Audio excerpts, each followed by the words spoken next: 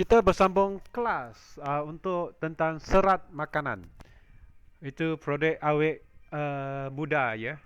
Ba- Bagi tubuh manusia untuk mengekalkan operasi yang baik, ia mesti menyerap nutrien yang mencukupi daripada makanan untuk memenuhi keperluannya. Sebahagian daripada nutrien ini mesti diambil dari dunia luar, daripada luar badan. Maksudnya, sebahagian boleh dihasilkan oleh badan sendiri. Ada dua bahagian ini ya. Yang boleh dihasilkan dan tidak dapat dihasilkan, kita perlu daripada mengambil daripada makanan, daripada ini dunia semula jadi. Badan yang menghasilkan kurang selepas usia tertentu, jadi suplemen tambahan diperlukan. Satu jenis makanan berfungsi, functional food, dipanggil produk belia. Untuk yang salah satunya adalah serat makanan. Serat pemakanan adalah salah satu makanan yang memastikan usus muda dan sihat. Struktur kimianya adalah sama seperti karbohidrat, tetapi ia tidak boleh dicerna atau diserap oleh tubuh manusia dan tidak boleh menghasilkan tenaga. Jadi ia telah disenaraikan di luar nutrien pada masa yang lalu. Pada tahun 1980-an, kelas ditarifkan dengan jelas di Eropah dan Amerika Syarikat. Orang percaya bahawa hanya kelas bawahan yang makan makanan kasar, manakala kelas atasan hanya makan makanan halus. Walau bagaimanapun, beberapa tahun kemudian didapati bahawa ramai orang di kelas atasan yang hanya makan makanan halus mengalami tekanan darah tinggi, gula darah tinggi dan lipid darah tinggi. Oleh itu, masa itu juga dipanggil penyakit kekayaan. Orang kaya ya, penyakit orang kaya. Di China, orang makan makanan yang serupa. Jadi, influenza berlaku dalam pelbagai kumpulan orang. So, pada tahun 1990-an, US FDA iaitu US Food and Drug Administration mengesyorkan bahawa serat makanan mesti dimasukkan dalam makanan, sekaligus mengenal pasti ia sebagai sejenis nutrien.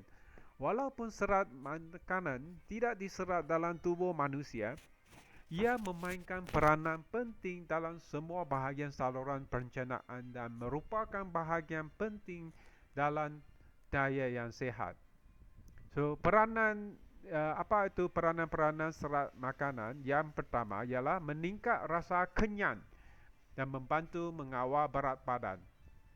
Dalam proses evolusi manusia, banyak jin dan tabiat daripada masa lalu telah diteruskan. Dalam masyarakat primitif, makan kenyang bermakna walaupun tiada makanan untuk hidangan seterusnya, anda tidak akan kelaparan serta-merta. Namun bagi orang kontemporari yang tidak risau tentang makanan dan pakaian, makan kenyang sudah bermakna lebihan, terutamanya lebihan karbohidrat dan lemak. Jadi pilihan ini serat fiber adalah sangat bagus. Juga mencegah untuk yang siapa darah tinggi, kencing manis. Ini fiber sangat sesuai. Orang dulu percaya bahawa anda harus makan 7 kali kenyang. 70% lah, bukan 100%. Namun, semasa evolusi tubuh manusia, jin telah diwaris dalam tubuh manusia yang menyebabkan badan merembeskan hormon gembira apabila makan kenyang. Ya, itulah orang kenapa yang suka makan kerana mau mencari ini gembira. Makan kenyang akan menghasilkan rasa gembira. Jika anda hanya makan 7% penuh pada setiap hidangan, pengeluaran hormon gembira akan berkurangan. Maksudnya kita tidak makan berlebihan, sebab berlebihan juga ada satu faktor yang mengancam kesihatan kita. Dan rasa gembira akan berkurangan dengan sewajarnya. Oleh itu, jika terdapat lebih banyak serat makanan dan dalam diet, rasa kenyang dan akan dipertimbangkan. Adalah disyorkan untuk makan serat mentah, sayur-sayuran dan buah-buahan terlebih dahulu dan kemudian baru makan karbohidrat dan daging protein. Sudah tentu anda boleh juga menambah 2 kali pil pemakanan serat, pil serat pemakanan five Nutrilite terlebih dahulu dan kemudian makan makanan ruji dan daging lain. Supaya anda boleh rasa kenyang tanpa mengambil terlebih banyak karbohidrat. Kedua, melancarkan pembuangan air besar dan peranannya ini kedua itu melancarkan waktu buang air besar dan membantu mencegah serta membaiki sembelit. Serat pemakanan boleh menyebabkan sisa metabolik dalam usus dikeluarkan dari badan tepat pada masanya. Dengan itu menghalang tumor ganas ini usus. Jadi ganas mengelaknya. Bukan itu sahaja, serat makanan juga boleh menggalakkan peristalsis, iaitu peristalis.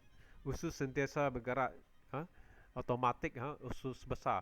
Menambahnya sebelum makan daging boleh menggalakkan peristalsis gastro-usus yang mengelakkan senak. Disebabkan oleh genetik, orang timur cenderung mempunyai keperluan yang lebih besar untuk serat makanan daripada orang barat. Selama beribu-ribu tahun orang timur telah tergolong dalam masyarakat pertanian dan telah makan lebih banyak makanan vegetarian dan usus mereka hanya kira-kira 8 meter panjang, manakala orang barat telah menjadi nomad dan telah makan lebih banyak daging dan usus mereka hanya kira-kira 5 meter. Oleh itu, setiap kali orang timur makan sekeping daging, mungkin mengalami lebih banyak masa pencernaan dan penyerapan daripada orang barat. Serat makanan boleh menggalakkan makanan melalui usus dan cepat semasa proses ini. Itulah mengurangkan pengeluaran toksik.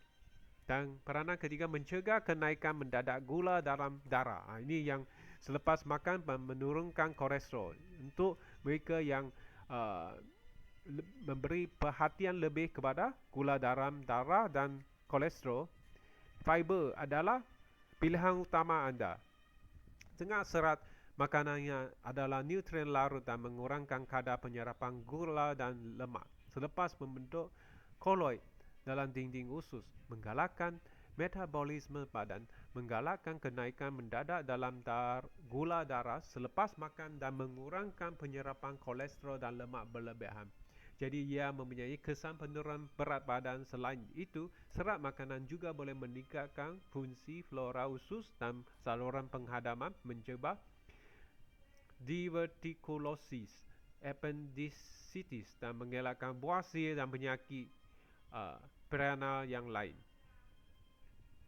Secara umum, serat makanan boleh mengawal kadar penyerapan karbohidrat, lemak dan kolesterol, menggalakkan motolitas gastro-usus dan membantu pertumbuhan bahan berbahaya dalam usus.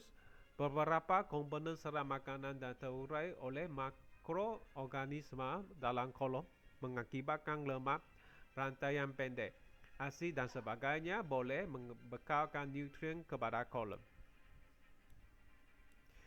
Serat makanan, iaitu pemulung usus. Serat pemakanan memainkan peranan penting dalam kesihatan manusia dan dipanggil pemulung usus. Untuk menggunakan serat makanan untuk membersihkan usus, mesti ada cukup yang membolehkan mengembang dan mencapai dinding usus untuk menyelesaikan pembersihan. Jika anda makan terlalu banyak daging dan tidak cukup serat pemakanan pada peringkat tertentu, anda boleh mempertimbangkan untuk meminum 10 hingga 20 Nutrilite serat makanan dalam bentuk itu bungkusan yang campur pada dengan 100 hingga 200 ml air setiap minggu. Dan kemudian makanan-makanan lain untuk mencapai matlamat yang membersihkan keseluruhan jalan kebaik untuk sepanjang jalannya. Setengah orang menggunakan enema untuk membersihkan usus, tetapi enema selalunya mencapai rektum dan kolom sigmoid. Manakala kolom menurun, kolom melintang dan menaik sukar dicapai serat. Jadi serat pemakanan Nutrilite sudah pasti pilihan utama untuk membersihkan keseluruhan usus. Setelah usus dibersihkan dan kemudian ditambah dengan jumlah probiotik tertentu, usus akan disimpan dengan keadaan mudah, dalam keadaan mudah dan mudah ya. Jadi fokus pada bahagian ini. Pertama, walaupun serat makanan tidak diserap oleh tubuh manusia, ia memainkan peranan penting dalam tubuh manusia yang merupakan bahagian penting dalam diet yang sihat. Kedua, serat pemakanan mempunyai kesan peningkatan rasa kenyang dan mengawal berat badan, menggalakkan pembuangan air besar, mencegah membaiki sembelit, mencegah kenaikan mendadak dalam gula darah selepas makan dan menurunkan kolesterol. Dan ketiga, serat pemakanan dipanggil pemulus usus yang boleh bekerja dengan probiotik untuk memastikan usus muda dan dalam keadaan sentiasa yang baik. Kita akan bersambung ya.